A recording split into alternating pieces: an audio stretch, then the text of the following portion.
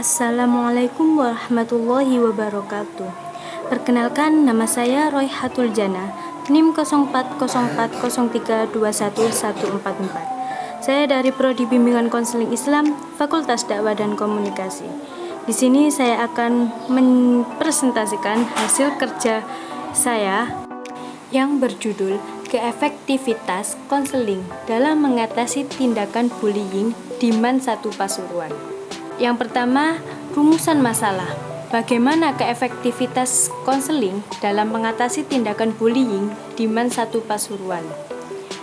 Tujuan untuk mengetahui keefektivitas konseling dalam mengatasi tindakan bullying di MAN 1 Pasuruan. Selanjutnya, terdapat data dari KPAI, Komisi Perlindungan Anak Indonesia. Tercatat adanya 119 kasus bullying pada tahun 2020. Jumlah ini melonjak dari tahun ke tahun. Sebelumnya yang berkisar 30-60 kasus per tahun.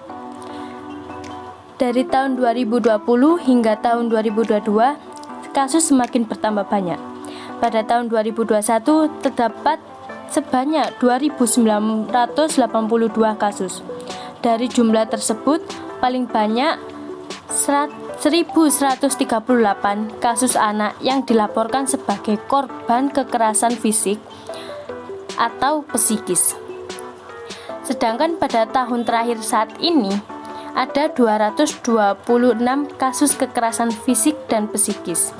Adapun di wilayah Jawa Timur menurun pada tahun ini. Berdasarkan data KPAI Jatim, terdapat jumlah laporan langsung kasus di Jatim pada tahun 2019 sebanyak 90 kasus.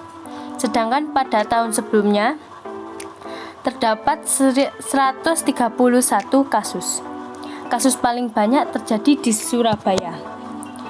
Kasus yang paling sedikit terjadi di Bakalan, yaitu 5 kasus. Pada saat ini sedang marak terjadi bullying di sekitar lingkungan sekolah. Pengertian bullying. Kata bullying berasal dari kata bahasa Inggris, yaitu dari kata bull, yang berarti banteng yang senang merunduk kesana kemari. Secara etimologi, kata bullying berarti penggertak, orang yang mengganggu orang lemah. Pengertian bullying menurut beberapa pendapat para tokoh. Yang pertama, Always mengatakan bahwa bullying merupakan salah satu tindakan agresif yang disengaja dan adanya ketidakseimbangan power kekuatan atau kekuasaan serta dilakukan secara berulang-ulang. Yang kedua, menurut Rigby mengatakan bahwa bullying merupakan salah satu bentuk dari perilaku agresif. Yang terakhir, menurut Tatum, bullying adalah the willful conscious desire to hurt and under and put him/her under stress.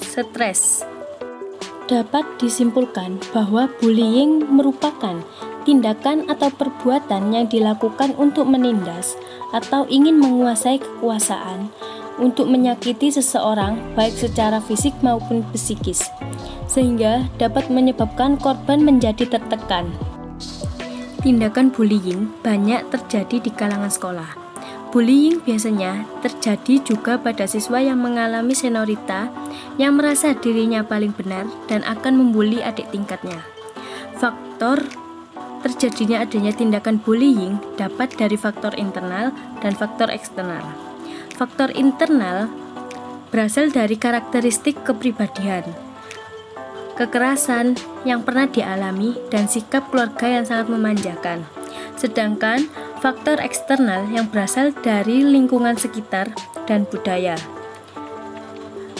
Pembuli akan melakukan pembulian karena sebelumnya pernah menjadi korban bullying yang selalu merasa takut dan merasa terancam, sehingga pelaku bullying ingin membalas dendam dengan orang lain yang sama seperti yang pernah dialaminya.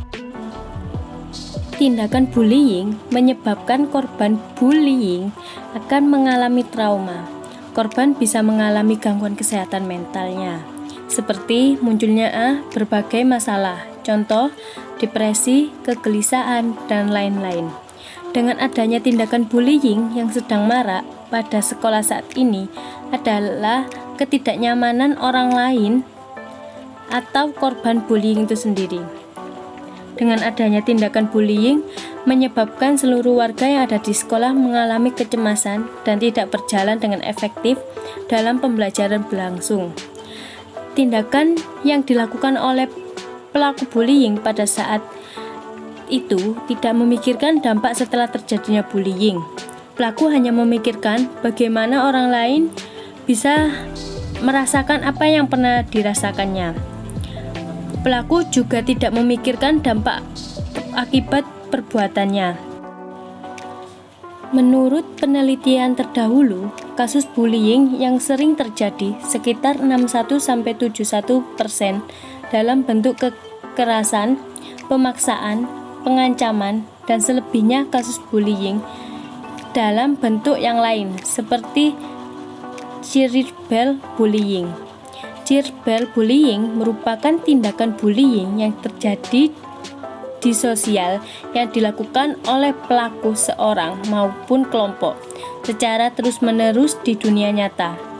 Pelaku tersebut dapat berupa penghinaan, penyemaran nama baik, dan penyebaran berita hoax. Kita sebagai konselor harus bisa mengatasi tindakan bullying yang terjadi di Man 1 Pasuruan. Konselor akan memberikan pemberian solusi dan memotivasi siswa agar tidak melakukan tindakan bullying. Dalam umur 16-18 tahun, anak SMA akan mengalami kelabilan dalam mengambil keputusan, sehingga perlu untuk diberikan pengawasan yang ekstra dan memberikan perhatian yang lebih. Guru BK juga memberikan penyuluhan tentang tindakan bullying tersebut. Sebagai guru BK harus bisa mengatasi kasus yang sedang marak di sekolah, seperti kasus bullying antar sesama teman. Cara mengatasinya dengan cara diberikan kesibukan, seperti di sekolah diadakan kegiatan. Dengan itu, maka siswa akan lebih berbaur atau lebih akrab dengan temannya. Dengan mengatasi tindakan bullying adalah menangani dan menyelesaikan kasus tindakan bullying yang sedang marak di sekolah. Sekian dari penjelasan saya. Apabila ada kesalahan dalam tutur kata, mohon untuk dimaafkan. Wassalamualaikum warahmatullahi wabarakatuh.